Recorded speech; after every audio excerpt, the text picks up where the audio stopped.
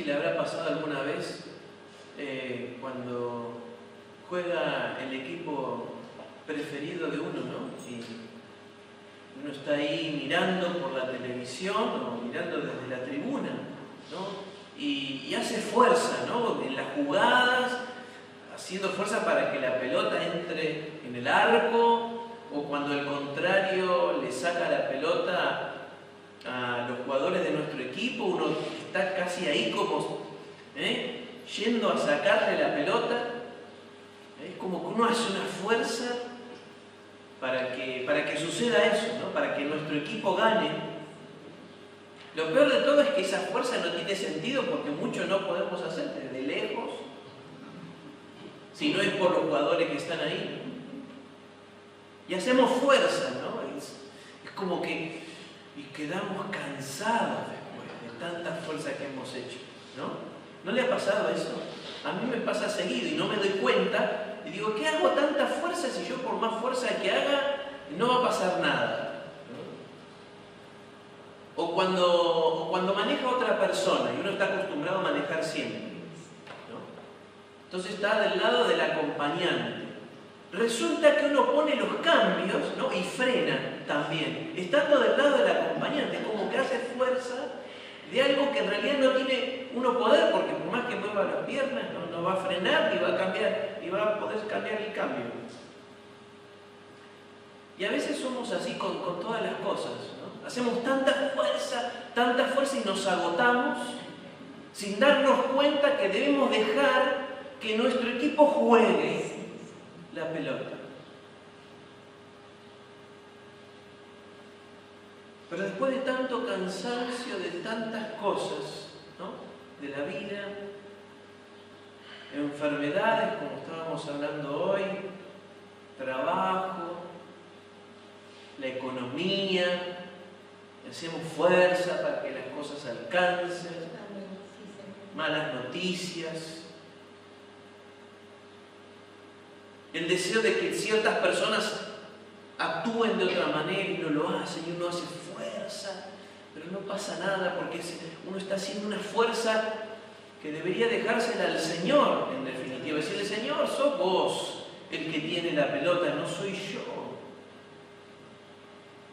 Y eso algunas veces produce desaliento.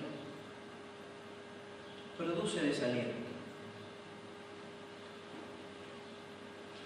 Y cuando suceden esas cosas, le preguntamos a Dios, ¿dónde estás? Dios mío, ¿dónde estás?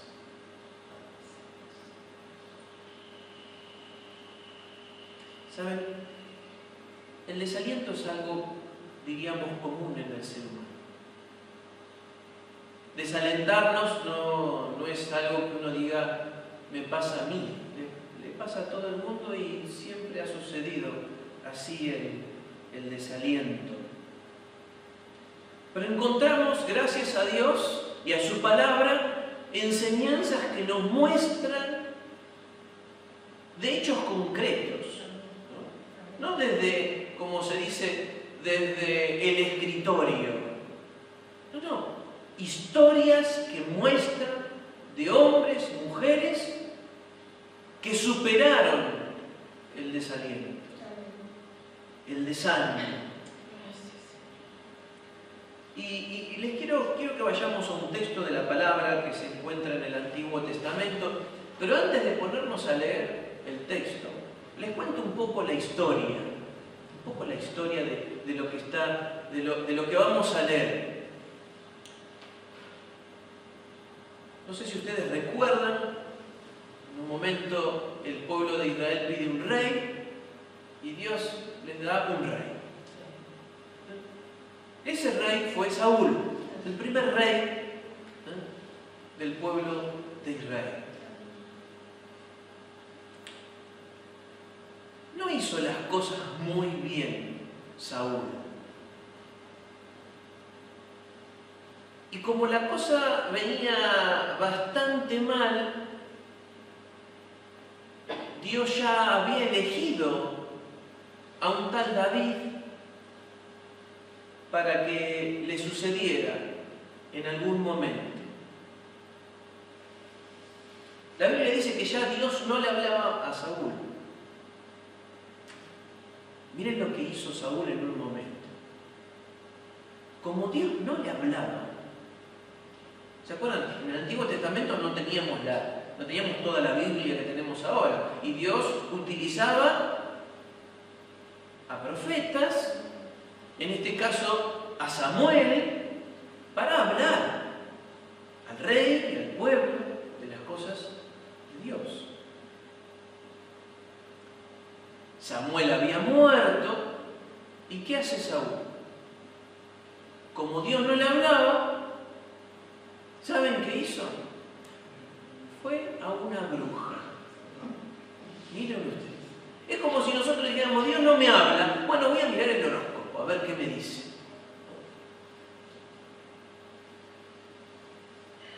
Fue una bruja a ver si le podía decir qué era lo que iba a suceder. Pero ¿saben que eso no fue lo peor que hizo Saúl? Sino que le pidió a la bruja que llamara al alma de Samuel. Cosa que la Biblia dice que es abominación. O sea, la gota que tenía que rebalsar el vaso de la ira de Dios terminó siendo en ese momento cuando Saúl va a buscar una respuesta en un difunto. La cosa estaba así, pero Saúl ya tenía celos muy fuertes hacia David. De tal manera que David tuvo que huir, porque Saúl lo quería matar. Entonces David, con un grupo de hombres que tenía, se van a vivir a otro lugar. Y como, bueno, David era un hombre honesto, le cayó bien al rey de los filisteos. Mire usted. Y se quedó por esos pagos, por ese lugar. Tuvieron un pueblito, armaron un pueblito.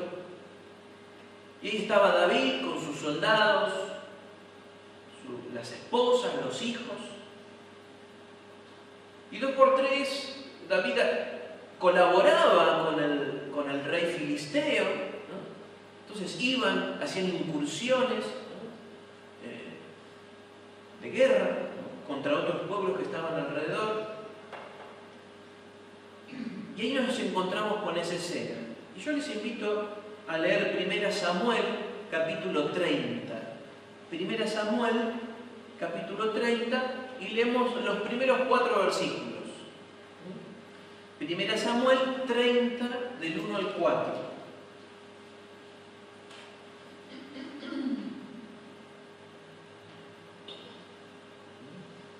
Entonces, como les decía antes, David había salido con sus soldados y volvían a su pueblo, donde estaban sus hijos, las esposas. ¿Y qué dice el texto? Al tercer día, David y sus hombres llegaron a Siclag, pero se encontraron con que los amalecitas habían invadido la región del Negev y que, luego de atacar e incendiar a Siclag, habían tomado cautivos a las mujeres y a todos los que estaban allí, desde el más grande hasta el más pequeño. Sin embargo, no habían matado a nadie. Cuando David y sus hombres llegaron, encontraron que la ciudad había sido quemada y sus esposas, hijos e hijas habían sido llevados cautivos. David y los que estaban con él se pusieron a llorar y a gritar hasta quedarse sin fuerzas. Qué tremenda la escena, ¿no? Qué tremenda esta escena. Llegan al pueblo, sus cosas, pero lo peor, sus seres queridos habían sido llevados cautivos. Lloraron tanto, pero no lloraban así nomás, lloraban a los gritos de amargura, que quedaron sin fuerzas. dice la palabra de Dios. Si uno sigue leyendo el relato, para peor de males, sus compañeros de batalla le dicen a David: por culpa tuya nos pasó esto. Qué tremendo, qué escena espantosa. David en uno de sus salmos dice: ¿por qué te abates, oh alma mía, y por qué te turbas dentro de mí? Espera en Dios, porque aún he de alabarle, salvación mía y Dios mío. El alma de David estaba angustiada, desesperada. Sin embargo, fíjense lo que dice David en el versículo 6. David se alarmó, pues las tropas hablaban de apedrearlo.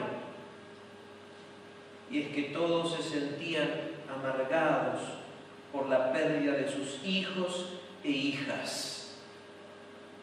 Pero cobró ánimo y puso su confianza en el Señor, su Dios. Si había un momento crítico para David, era este. No solo había perdido todo, sino lo poco que tenía a su lado se le venía en contra, porque lo culpaban de todo lo que había sucedido. Y dice que David cobró ánimo y puso su confianza en la plata. No. Puso su confianza en la familia. No.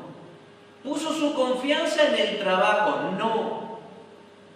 Puso su confianza en la sabiduría que tenía. No. Puso su confianza en Dios. En el Señor, su Dios.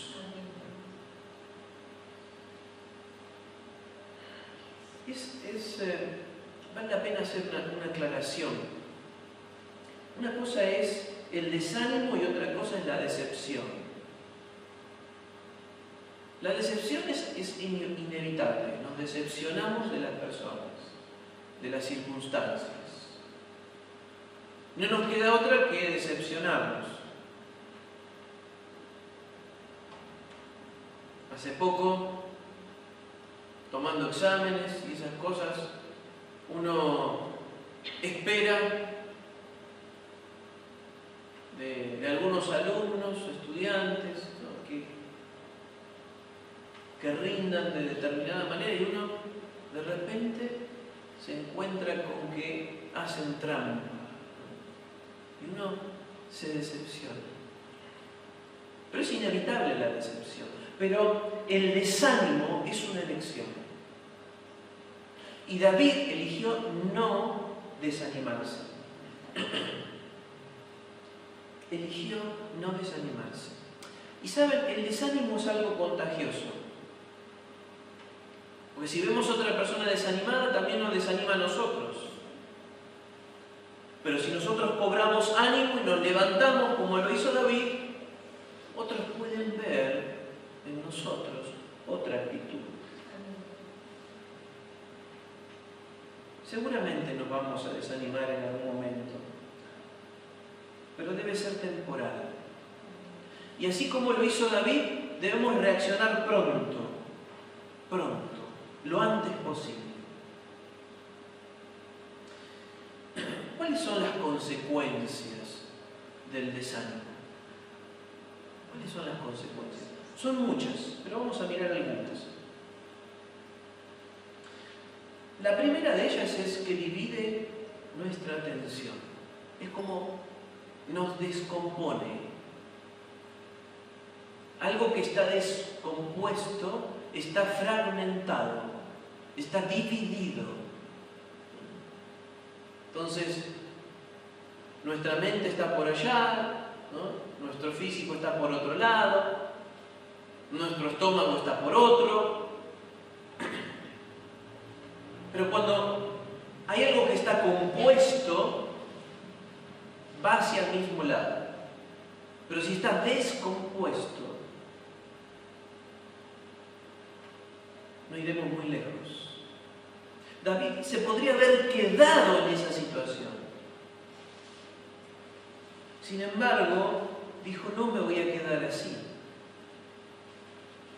Me voy a levantar y voy a cobrar ánimo. Entonces, el desaliento nos divide internamente, provoca divisiones en nuestro ser. El desaliento también nos lleva a la pérdida de confianza, a la inseguridad, a meterle las culpas a los demás, ¿no? Somos muy propensos a eso. Genera en nosotros un espíritu negativo, de queja, de depresión. Algunas veces tomamos malas decisiones cuando estamos desanimados, desalentados. Es decir, nuestro juicio se termina alterando porque tomamos malas decisiones, porque en medio del desánimo no nos importa lo que vamos a hacer, simplemente lo hacemos. O a veces lo hacemos para castigar a otros, por ese el propio desaliento que tengo y por ese deseo de meter culpas a los demás. Y lo peor de todo es que nos aleja del Señor. ¿Por qué? Porque dudamos de sus promesas.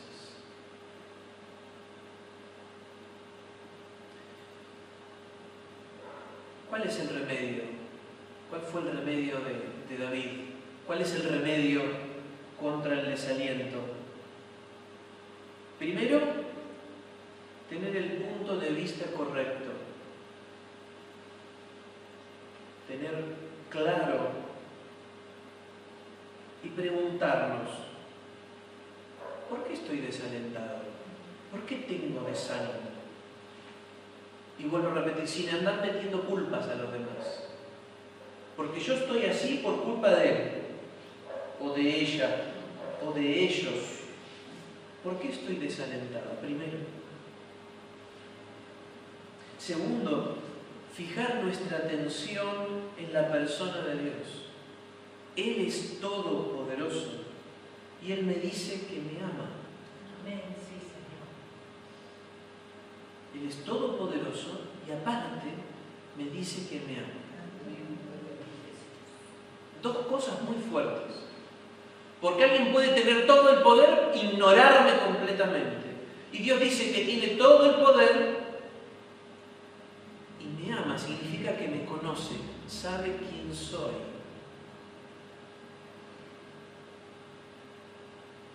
Y que quiere sacarme de las situaciones en que vivo. Debemos recordar la fidelidad que Dios ha tenido con nosotros. Es más, a veces me encuentro hablando con personas que apenas tienen días, diríamos, de creyente. Y dice, ahora que empiezo a mirar para atrás, me doy cuenta cómo Dios me ha protegido.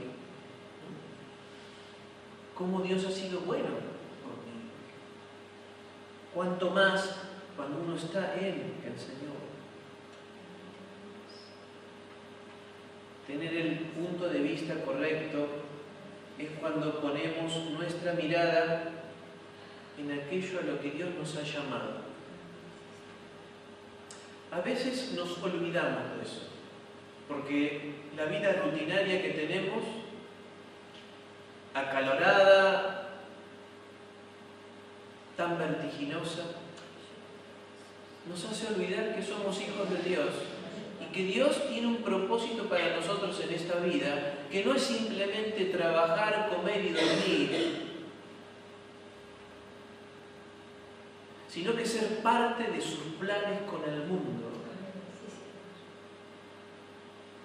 Y nos olvidamos de eso, de que Dios nos ha puesto en un cuerpo, en una iglesia, para ser parte de esa comunidad y para ser parte de sus planes eternos, de anunciar el Evangelio de Jesucristo a este mundo que se pierde sin fe y sin esperanza. Y nos olvidamos de eso.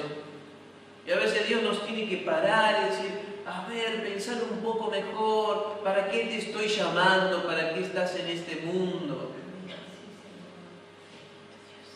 Debemos tener nuestra mirada en el punto correcto. Y lo otro es tener una reacción correcta. No solo tener claridad hacia dónde vamos, sino también cuál es nuestra reacción. ¿Saben? A veces algunos dicen que debemos descansar. Descansar, dormir, ¿no?